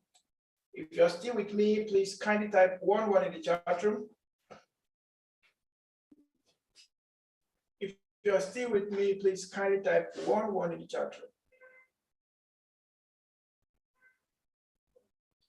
So we're noticing that the network is throwing some people out. Hopefully by tomorrow, the session will be much more balanced. However, we encourage you, if your MD is not in this class, please invite him tomorrow so that he will know better ways to put corporate governance in place. If your manager is not in this training, please invite him. If you have top management staff and management staff in your organization that are not here, please invite them. It's free and it will save you cost and save your company. Okay, please at intervals ensure to take a sip of water. At intervals ensure to take a sip of water. All right, okay, that's part of our reward to you. So there are various purposes of corporate governance, such as, so our corporate governance is essential for efficiency as well as globalization of an organization. So apart from efficiency, effectiveness. And then if you want your company to go global, then you must have effective governance structure. Okay, if you want your company to go global, you must have effective governance structure. Whenever I'm teaching business development, I always ask this question: what's the difference between ShopRite and the person that is selling on your street? Okay, what's the difference between ShopRite and the person that is selling by your street? What's the difference between H-Medics and the other pharmacy or medical patents by your street? If you look at it critically, the difference is just corporate governance. Okay, if you look at it frantically, the difference is just about corporate governance. So some are thinking big, global, and they develop corporate structures that can carry the global vision. Why some are just thinking me, my neighbor, and my neighbor's neighbor. All right, so if you want to go global, then you must have corporate governance in place. Then we have the other part, which is corporate governance ensures transparency, which ensures strong and balanced economic development. Okay. Please, I would like us to know that whatever information we pass here is just for educational purposes. It's not to accredit or discredit anyone, please. Okay, it's not to accredit or discredit anyone. It's just for educational purposes, right? Okay, so corporate governance ensures transparency, which ensures strong and balanced economic development. You know, in Nigeria, we have what we call ASU, Academic Staff Union of Universities. I think that's their full meaning. This is the 7th month that they entered strike. And what they are just agitating for is for government to implement what they agreed on. I actually had to go and download the federal government and ASU agreement. I was like, wow, this agreement is actually for the public. It's not for ASU, as it were. It is for government to pay attention to development in the educational sector. All right? Now, listen to me. If you come out tomorrow as a government official and tell me that the GDP of government or the GDP of Nigeria has improved, it is a blatant lie, because one sector of the government has been grinded. Though, are you now trying to tell us that that particular sector is not contributing to GDP? It is a complete, absolute, stark-naked lie for anybody, any government body now to come out and tell us that GDP is increasing. Now, we have dollar, listen to me, exchange rate, basic exchange rate now in Nigeria is over 680 naira. And then you want to come and tell me that inflation is going down. There is no increase in staff salary. There is nothing done about production in the country or manufacturing. We still depend massively on importation, right? And then somebody now comes publicly to tell us through the national television that inflation rate is now low. It is going down. How? How will it be low when a sector of the country, a sector of the economy is completely grounded for 7 months? Do you know the amount of money government is losing with that? Do you know the amount of loss that is bringing to the national GDP? We may not be able to think in this dimension, but let me be very frank with us. The government and its players in the area of education need to be much more transparent and accountable and obey the parts that they both signed. Okay, so that we can have balanced economic development. Balanced economic development. Balanced economic development. Every now and then now in the power sector, every now and then we'll hear things like TCN, Transmission Company of Nigeria, has seized Disco. They've seized that Disco. They've seized 16 discos. They've seized 14 discos, just seizing discos. How do you think that will actually contribute to this national grid failure issue? They say they are not distributing well. They are not being fed to the people. But at the same time, if you look at it critically, it's a question of corporate governance. How did they, these discourse that we are claiming that they are not doing, how did they come in? What was the yardstick for bringing them in? What is the monitoring and evaluation framework? There is a director sitting somewhere responsible for these people that we are now saying that they should be shut down. There is a director responsible for the monitoring and evaluation of the operation of those people. So if we should be very, very realistic to ourselves, for a country like my own country, where I'm currently sitting and talking from, Nigeria is still so far from balanced economic development. Today, ASU will be on strike. When ASU returns now, Nigerian Labour Congress will go on strike. When Nigerian Labour Congress returns, another one will go on strike. Just to tell us the level of work that needs to be done in corporate governance as far as the Nigerian economic system is concerned and the Nigerian governance system is concerned. I was listening to the House of Rep members when they finished their last plenary before they went on is it 6 weeks or 7 weeks break? You know, there was this attack in Nigeria. Basically, we have the attack at Kuje prison that led to massive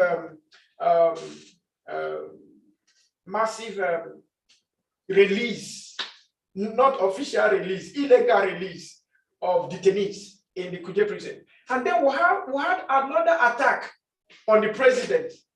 And then after these two incidences, these guys that are doing this, they sent a message to the government that they are now after kidnapping the president, all the government officials, the senators, the House of Rep members, and all politicians and all of that. Now, these our politicians, they are politicians. These our House of Rep members and senators that are supposed to sit down and find way. The most important thing to avail to them now is to go on 6-7 weeks break.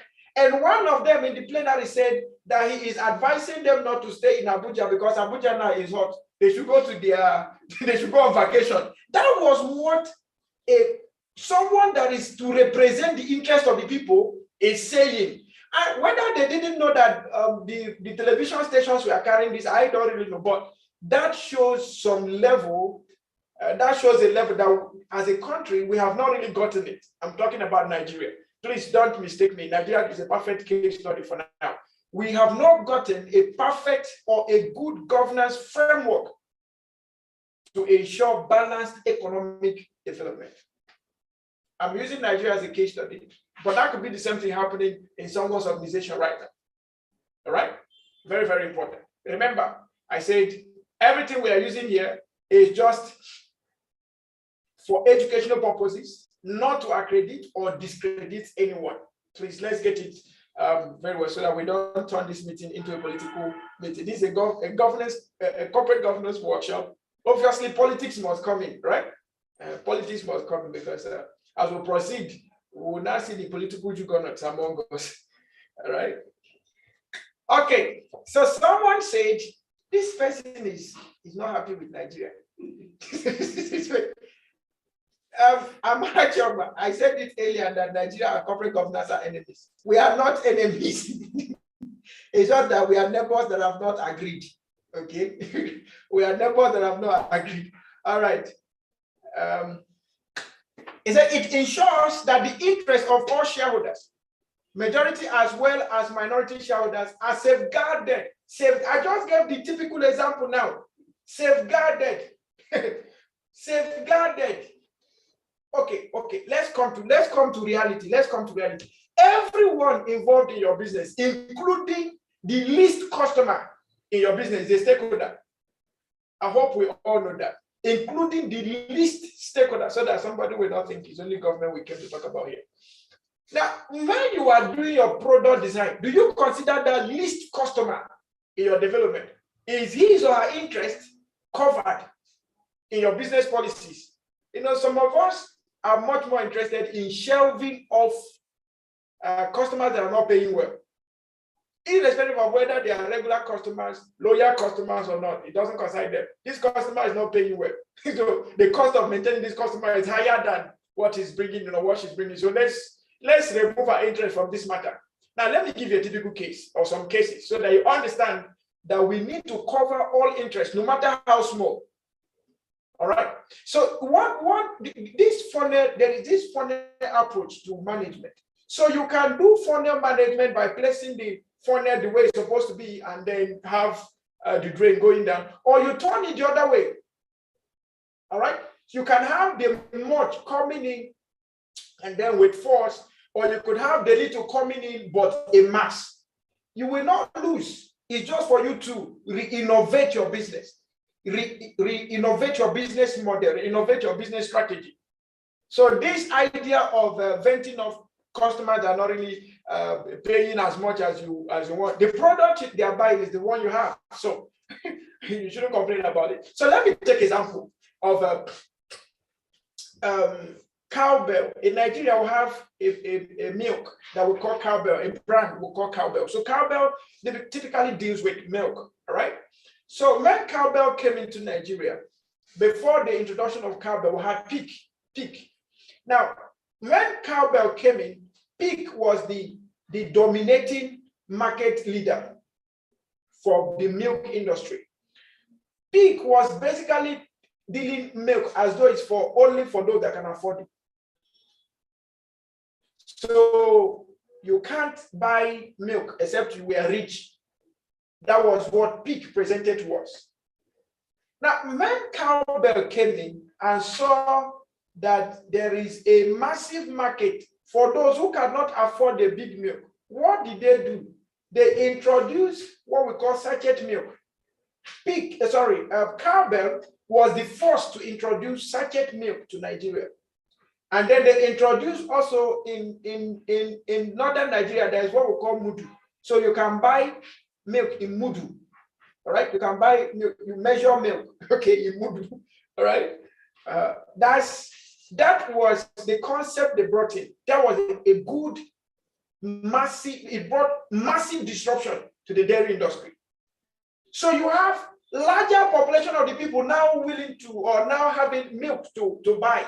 I remember those days, one of this family that was close to us, the man had many children, okay? He had many children. In fact, he just lives opposite my house, okay? They used to bake bread. He had many children. Now, they will buy 2 sachet milk, 2 sachet Cowbell, and put it in a jug of 2 liters of water.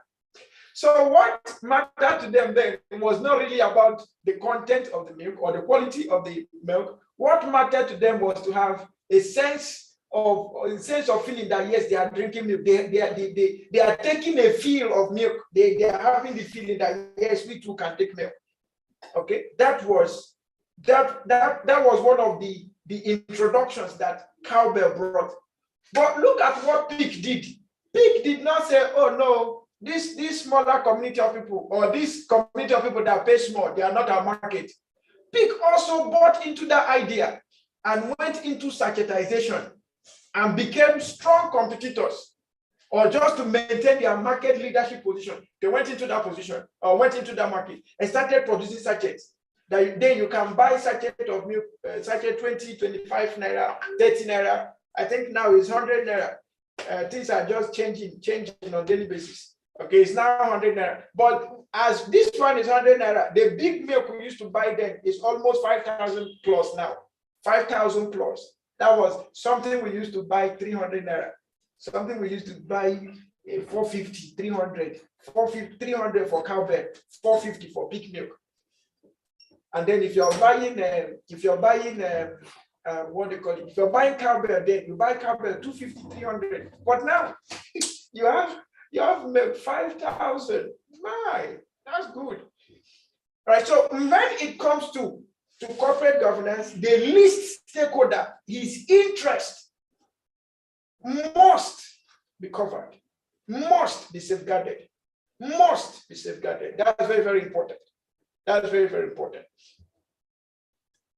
And then the next one is that it ensures that us shareholders fully exercise their rights and that the organization fully recognizes their rights. Okay? So we have employee rights and privileges. So I will have shareholder rights and privileges. So as an MD, as a director, as an executive, you need to be sure, you need to ensure that there is a fairness in the distribution and implementation of all statutory obligations as regards to the rights and privileges of stakeholders. All right. Okay, then we go to the next one. Corporate governance has a broad scope, which includes both social and institutional projects. Both social and institutional projects. I spoke about sustainability. Okay, I spoke about sustainability. All right, sustainability. So corporate governance is all encompassing. All right, socially, and then in your institution as well, in your organization, it has all aspects covered. Now, our corporate governance encourages a trustworthy, moral, as well as an ethical environment. Ethical environment. Corporate governance encourages a trustworthy, moral, as well as ethical environment. Ethical environment. Ethical environment. Ethical environment. We will deal with corporate ethics. In the foundation course, we'll deal with corporate ethics, values and ethics, so that we understand what these are ethics, what is it all about. All right, we'll deal with it. And then when we get to level 2, we will now deal with ethical leadership. There is what we call ethical leadership. Ethical leadership. Ethical leadership. That is a key leadership trait or leadership style that we want to introduce in corporate governance.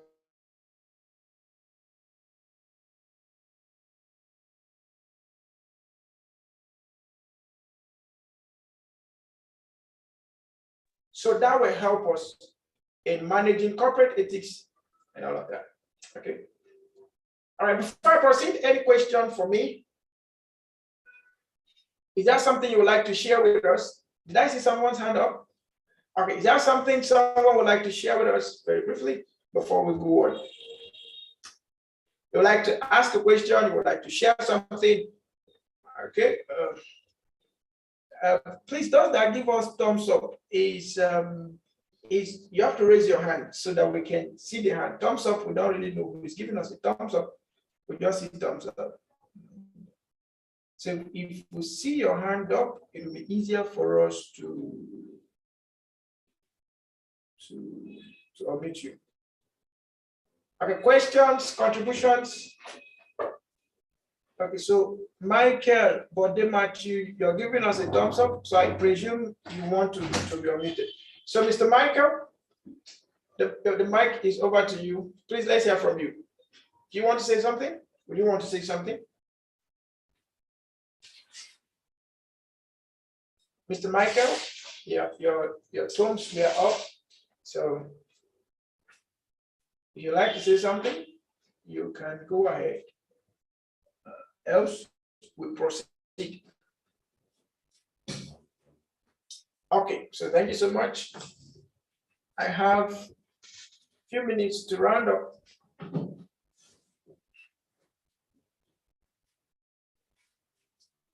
Okay, so let's quickly deal with what a corporation is, and then we can go home. It is interesting to note that the definition of corporate governance changes in different cultural contexts. For example, let us look at a definition provided by the Center of European Policy Studies, which defines corporate governance as follows. It defines corporate governance as the whole system of rights, processes, and controls established internally and externally over the management of the business entity or organization with the objective of protecting the interests of the stakeholders. This is according to CEPS. Now let's look at a contrasting definition of corporate governance is given by Anglo-American. The Anglo-American defines corporate governance such as emphasis in creating the shareholder value. Shareholder value. Shareholder value. So basically return on investment. Okay.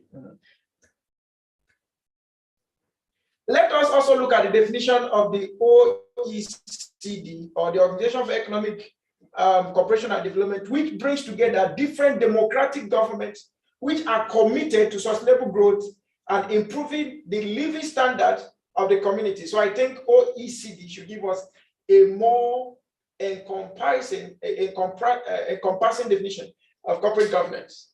So corporate governance, looking at it from government perspective, governments of the world coming together to give us this. Corporate governance is the system by which business corporations are directed and controlled. The corporate governance structure specifies the distribution of rights and responsibilities among different participants of corporations, such as the board, managers, shareholders, and other stakeholders, and spells out the rules and procedures for making decisions on corporate affairs.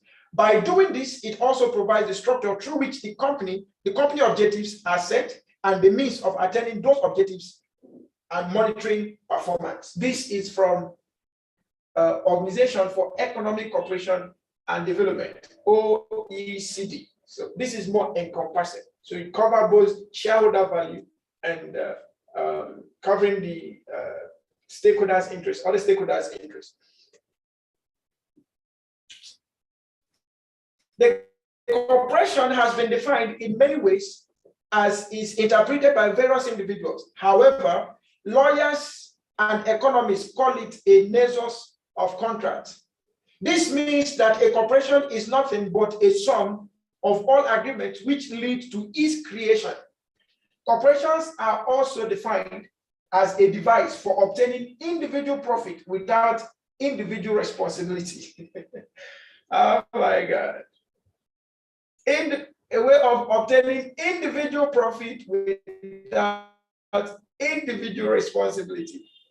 Okay, so Mr. Michael Bode Matthew said, with the rate of financial misappropriation in Nigeria, is corporate governance in place at all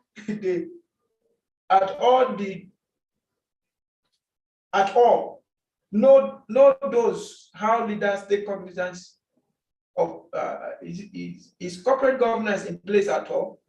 No those. Okay, no those how leaders take cognizance of it. Okay, so in this lecture we have, or in this class, we have both public and private sector directors. So we are all here to look at it together. All right. Thank you so much. Okay, so back to corporation. Corporation, nexus of contracts. Corporation defined as a tool of obtaining individual profit without individual responsibilities. I want us to look at the last statement. Obtaining individual profit without individual responsibility. In one word, how do we achieve this in corporations? How do individuals get to make profits without individual responsibility in corporation. How do they do that? In one word. Can we type that in the chat room? How do they do that? How do they do that? How is that done? How can an individual make profit in a corporation where he have individual responsibility? How does he achieve that? Or how is that achieved? In one word. In one word, how is that achieved? Okay, I'm waiting. Please, before you step out of the class, ensure to take your attendance. Ensure to take your attendance. Okay, so someone said delegation. Thank you. In one word, someone said delegation. With respect to corporate governance, how can an individual have individual profit without individual responsibility? Someone said delegation. Thank you so much, Mr. Umar Bade. I need someone else to say something. Okay, so it says the person obtains profit without responsibility. So Mr. Michael said responsibilities. So responsibility we not.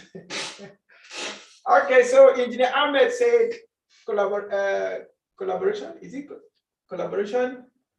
Engineer Timothy said shareholding. No, Engineer Ahmed said what? Has he said two things? Someone said responsibilities. Okay. Ahmed said collaboration. Ahmed said again partnership. All right. Then we'll have shareholding. That's good. Strategies. Thank you. Okay, so basically it's about shareholding. Shareholding. The way, okay, so we have equities also. So in the shareholding, it could be equities.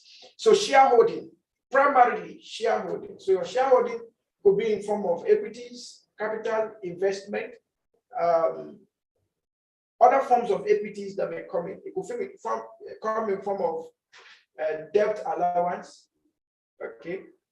It could also come in form of technical. So somebody mentioned partnership, collaboration. Yeah, it could come in form of your shares can be allotted to you based on the kind of technicality or technical expertise you're bringing in. Some of us, it is just about influence. So you use your influence. If the company perceives that your influence could bring profit to them, they are ready to trade your influence for some shares, okay, which at the end of the day pays you as a person. And this is why, as a person, you must pay attention to building your capacity such that your personality can fetch you reward. I will repeat that again.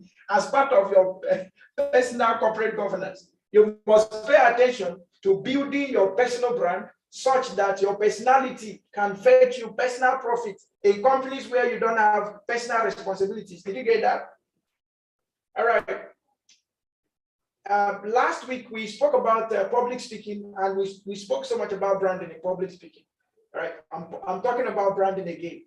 All right. So, sure to give yourself that assignment. You know, a time will come if you keep building a value, whether you're public sector or private sector. In fact, if you are a director in public sector, you're already a big fish in the market for small companies who want to start, and they are looking for whose name, whose influence, whose network they want to tap into, right?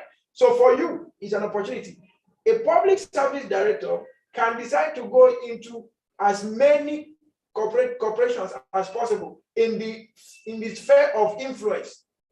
So you bring in your influence, you negotiate with the owners of the business. What shares are you going to give me for my influence? What shares are you going to give me for my network? What shares are you going to give me for my advisory? All right. So if you're in public sector, as a director, you're already gradually getting to that tip where they'll be dragging you. Come and be in our board.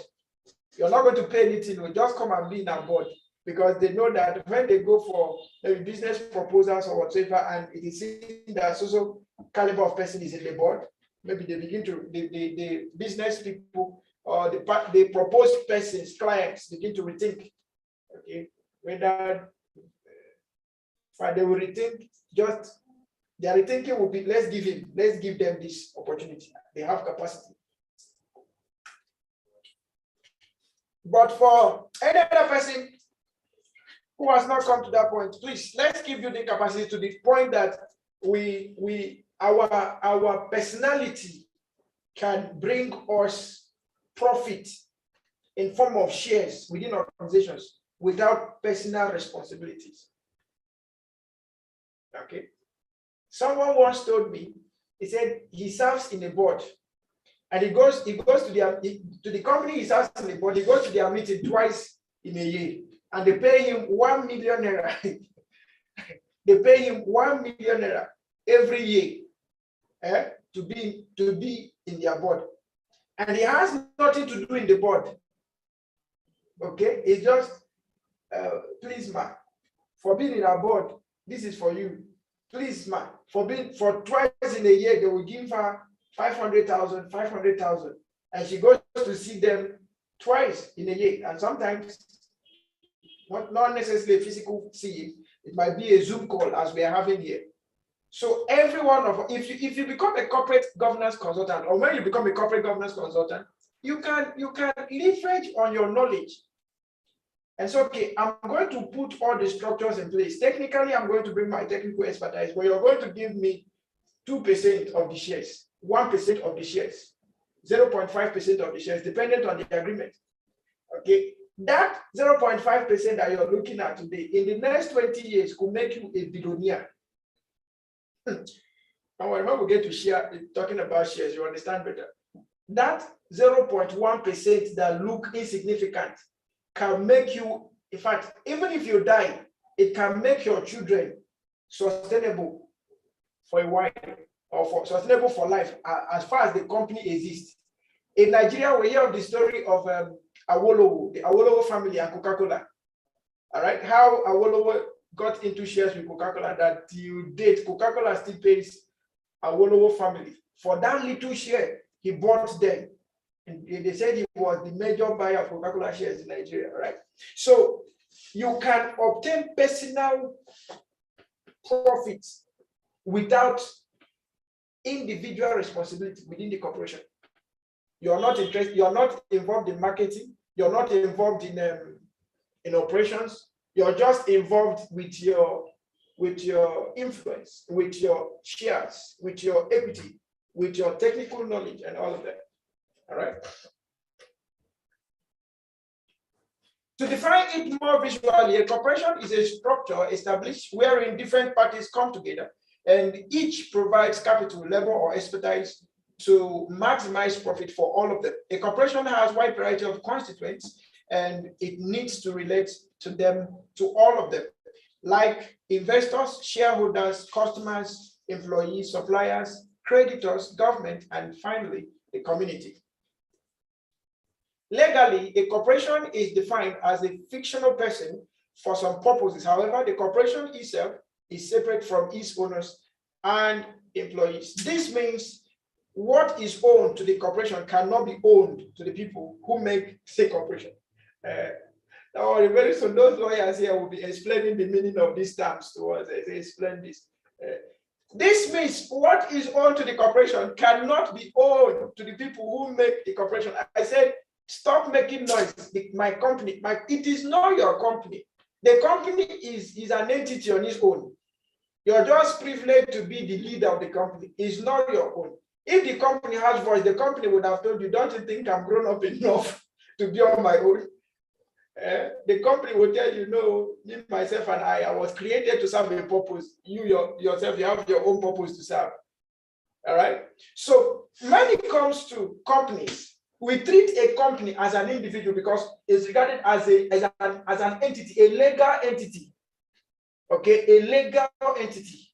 And that's why if there is a problem, you don't sue the people in the company, you sue the company, and then the owners of the company will come out. Okay, or the ones responsible for the company will come out. So if a corporation is sued or gets bankrupt, the individual members of the corporation are not liable to pay the debt. Hey, corporate governance can be something else. But I need you to understand this. In a corporation, public limited, private limited, limited by shares, if the company gets bankrupt today, what the government will actually do is to find all the assets, all the properties, all the things belonging to the company and liquidate them so as to settle the debts. But it is not, law does not permit them to go to the to hold the individual as to you must pay the debt. However, in a case where it is a case of fraud, a case of misappropriation and indiscipline, then tied to certain individuals, then those individuals will be held responsible for the fraud, for the misappropriation, for the indiscipline that led to the bankruptcy. So they will be held accountable. Okay. But a company, a corporation is an individual on its own. Now, before I proceed, do I have a question? Do you understand it? Or do you want to ask me something? Does it sink well? Or you're trying to understand what these people are saying? Or are you trying to find out, is it obtainable in Nigeria? Or is it obtainable in Ghana or Cameroon or Gambia or UK? Is it obtainable? What this man is saying, is it really true? I'm not the one that said it. This is corporate governance, the way it should be, okay, and the way it is. Any question for me? All right, please, if I should proceed, kindly type 1 in the chat room. If I should proceed, kindly type 1 in the chat room. If I should proceed, kindly type 1 in the chat room. 1 in the chat room. All right. Thank you. Can I get 2? Let me be sure we are all together. If I should proceed, can I get 1 in the chat room? Else, you ask me your question. All right, so I have 311. So let me proceed.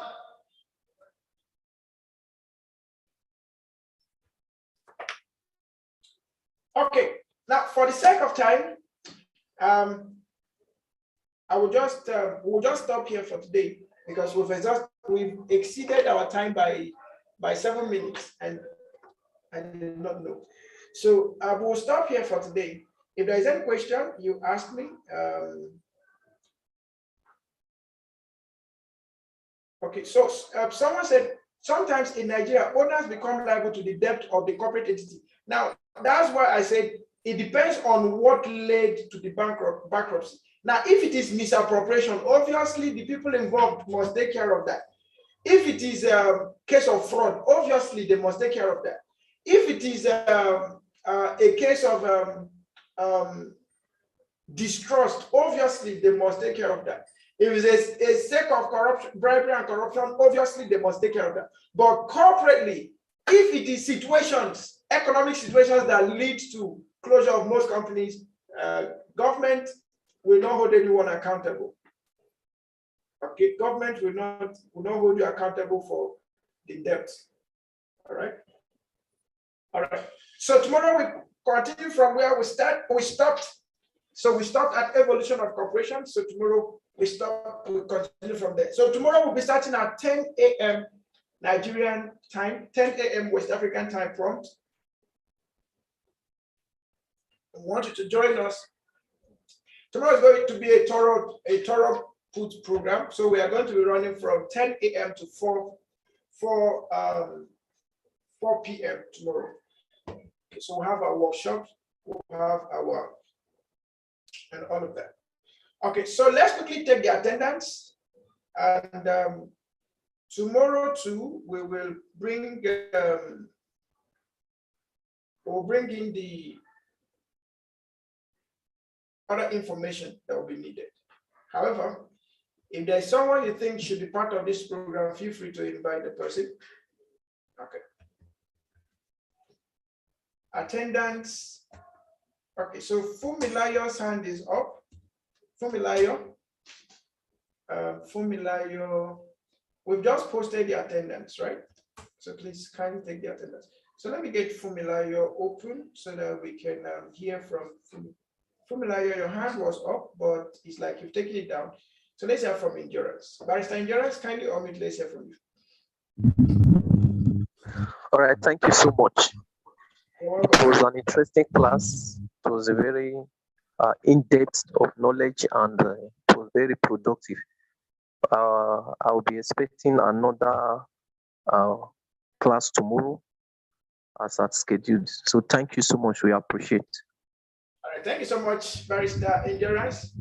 We will be with you tomorrow as you have planned to be with us tomorrow. Thank you so much. All right, someone's hand was up. If there is any question, please feel free to ask us now, but you can take your attendance officially before I hand over to the class coordinator or the course coordinator rather. Any question for the Son of Man? Okay, so if there is no question, I'll be transferring you to the class or perhaps course coordinator, Mr. Anakwe. Thank you so much and see you tomorrow.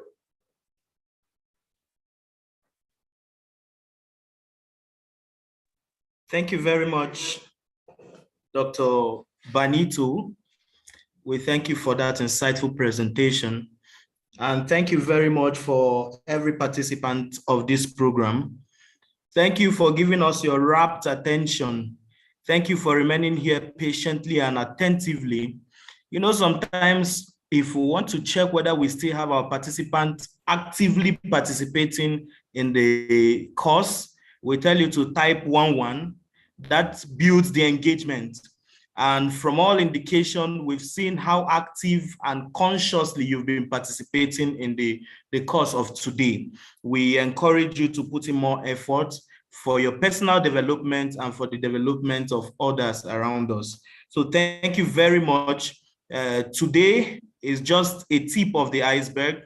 Tomorrow, please, while coming tomorrow, prepare yourselves. If you have questions around corporate governance, if you have case studies, you can come up with them so that we can see if there is a part during the lecture that we squeeze that in, whether during the workshop session or if we're going to have breakdown, focus group discussions or breakout sessions, then we see how to squeeze either before the breakout sections. So if you have practical case studies, you can get them prepared, come tomorrow, prepare, present them, then we see how the resource person of tomorrow is going to handle and to the best of his ability, and how every other person will make their input. So we still say thank you very much. Not same time now, tomorrow 10 a.m. Please, let's be there. Let's dial in time. 10 o'clock we are here, so that once we are gathered, we commence immediately. Tomorrow, you say this course is beginning to be a crash program. We really want it to be packed full because it is packed full. So we really want you to gradually unwrap. While we unwrap, you sip in everything we are presenting to you. So we thank you for participating actively, and we hope the network will be better tomorrow. We hope we have a fair weather tomorrow, and by the grace of God, we'll have a fair weather tomorrow. So thank you so much, and do have a lovely evening. Thank you.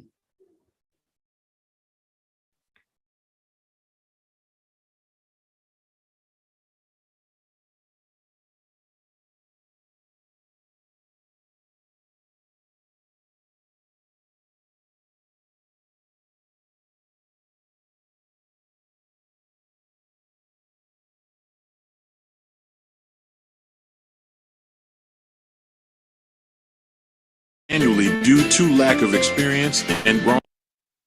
Hi there, welcome to the Integrated Institute of Professional Management, the home of management professionals. Did you know that 1 in 12 businesses close annually according to the U.S. Small Business Administration?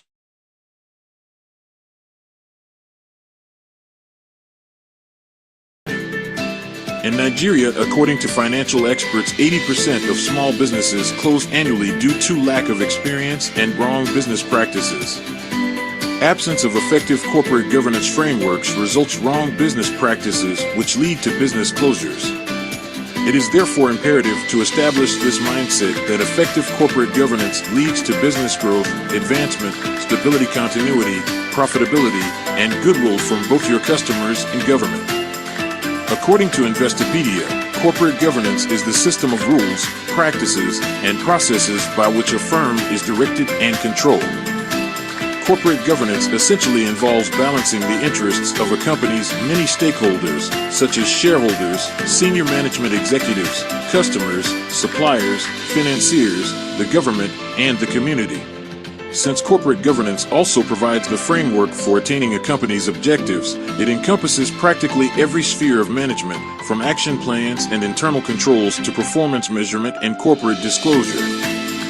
Poor corporate governance can lead to issues such as corruption, negligence, fraud, lack of accountability, loss of assets, loss of trust and integrity, and in most cases, incur fines from government. Where poor corporate governance persists, it can lead to poor health condition and even loss of life. You don't want your business to get messed up. Join us in this executive short-term course in corporate governance consulting. Amazingly, you are invited to attend this course for free. Certification is available upon request at discounted rates. This course is accredited by the Center for Management Development, CMD, and Chartered Institute of Management Consultants, USA. Apply now for free at www.iipmi.org/cgc/register. See you in class. Thank you.